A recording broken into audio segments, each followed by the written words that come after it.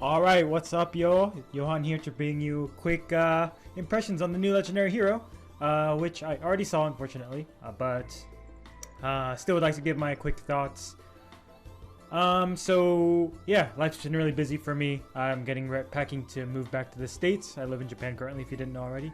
So yeah, lots of just busy work happening, and don't have too much time for YouTube right now. But as soon as I move back, finish moving back later in a couple of months, month and a half, I will be probably doing even more than I usually do. So yeah, anyway, here is our legendary hero. I'm gonna go we're gonna go kind of quick here. Hopefully it's not too bad. Yeah, alright, so we got XANDER, and as many expected, he has the Bulwark as an axe CAV, and he's a fire pair up attack boosting legendary. Okay. Alright. Okay, we've been getting a lot of axe CAVs, premium axe CAVs recently. I think we got like 4. It's like Bride Roy, Summer Dimitri, Gustav, and now XANDER. So unlike what's his face? Unlike Ryoma, we're gonna actually have a separate weapon for XANDER here called Ebon Bulwark, which was Garen's weapon with the adjective attached, of course. Hi, I'm Mia. We have the slaying effect. We have grants no follow-up, and the self-world breaker effects, self-breath effect, if you will. Basically what not Brave Hollywood, Brave Roy had, or Blazing Durandal has. So that's really good. And we have the Spectrum +5 as always, and we have an additional +7 HP after combat restoration. So a bit of a mystic boost effect there. So just from this weapon alone, he's really good because he has full no follow-up. He has that healing, and he has slaying, and he's already very good at gale forcing because of that breath effect. Or if you just want to nuke with something else, that's really good too. So that in itself is already very competitive with like our recent ones like Bridal Roy and stuff. But that's not all. So we have Luna, attack speed, catch 4, and chivalry. All right, I believe this was his personal skill in Fates, if I remember correctly. So he has Canto Rem +1, which is not fixed Canto, not a solid straight up 2 Canto like Bridal Roy has, but it's still really good, obviously, having Canto in general. We have, at start of combat, additional attack speed defense debuff on foe -5. So that's basically an effective 10 stat swing in combat. And he has a HP check damage reduction skill, where it's 50% of foes' current HP percentage. So that's basically, in most combats it'll be just straight up 50% damage with flat damage reduction for all combat, because most of the time he'll probably be facing against full HP enemies most of the time, with few exceptions. So that's really good.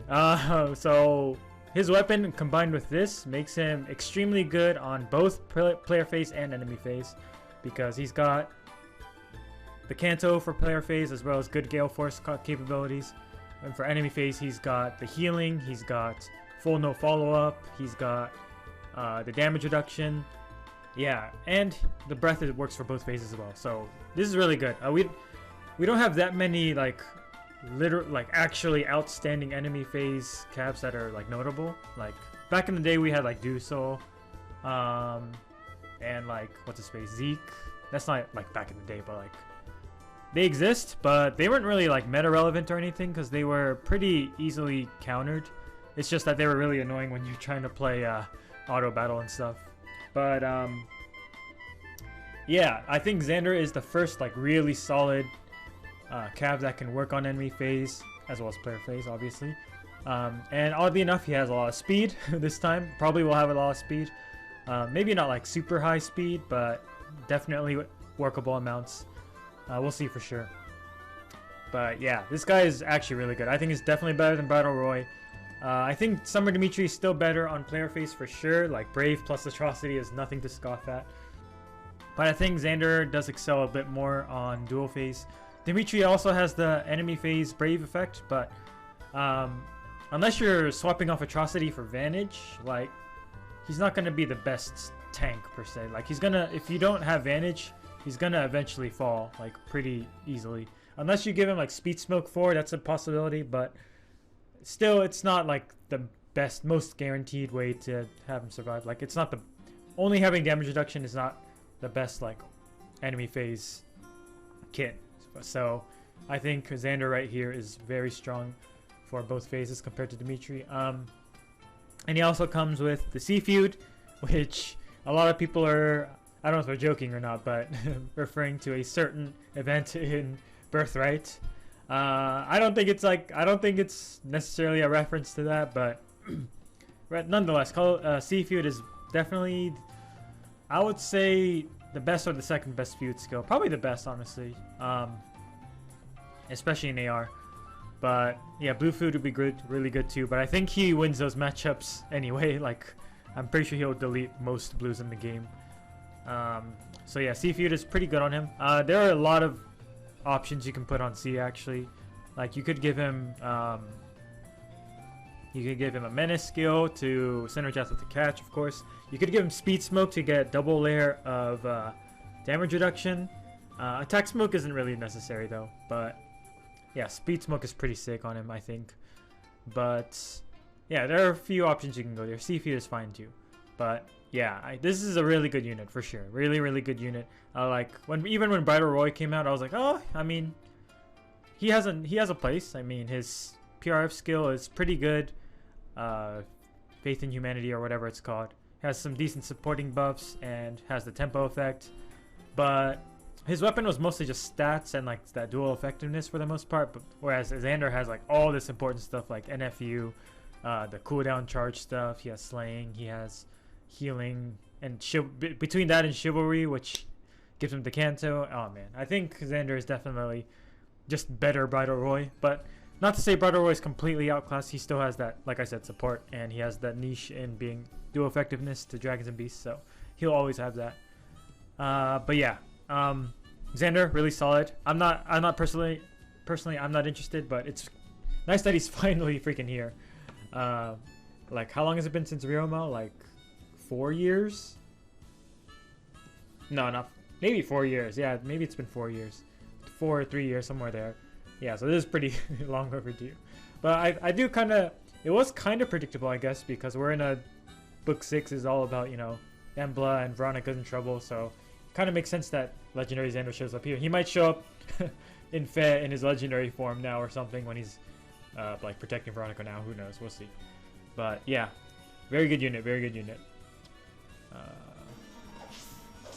His facial animation, it has the impact for sure, but it doesn't have the flash. Yeah, it has the impact, but it lacks like the showiness, I guess. But not much you can do with all these CAVs, I guess. I will see your era fade. But he still cannot swim. Alright, and as for the banner itself,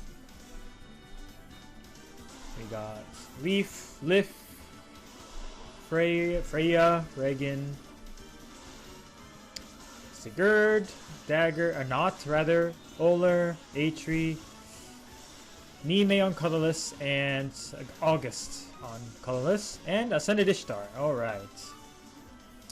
So green is obviously pretty good. Freya is kind of nowadays, but still having a building up your light scoring is always something nice, I suppose.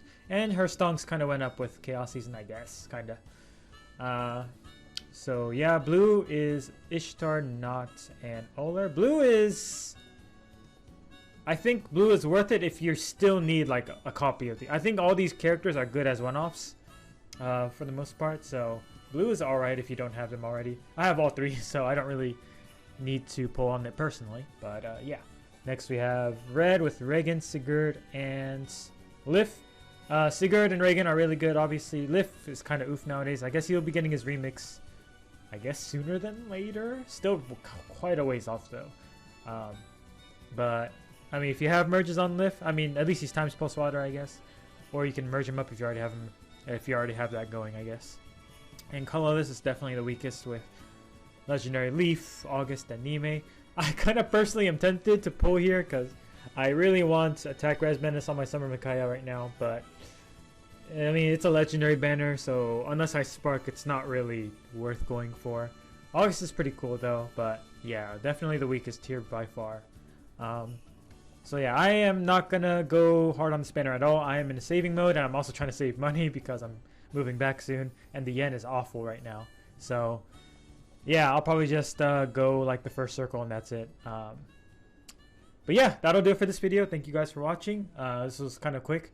I do apologize that I'll be kind of slowing down again as I'm really busy lately, but like I said, once I get things sorted out and I move back, I'll be trying to do a lot more creative things, probably, depending how busy I get overseas. Alright, with that being said, leave a like, comment, subscribe, all that stuff. Let me know what you feel about this banner and what you're excited for, what you're going to pull for if you're pulling. And yeah, I'll see you next time, guys. Peace out. Have a good one.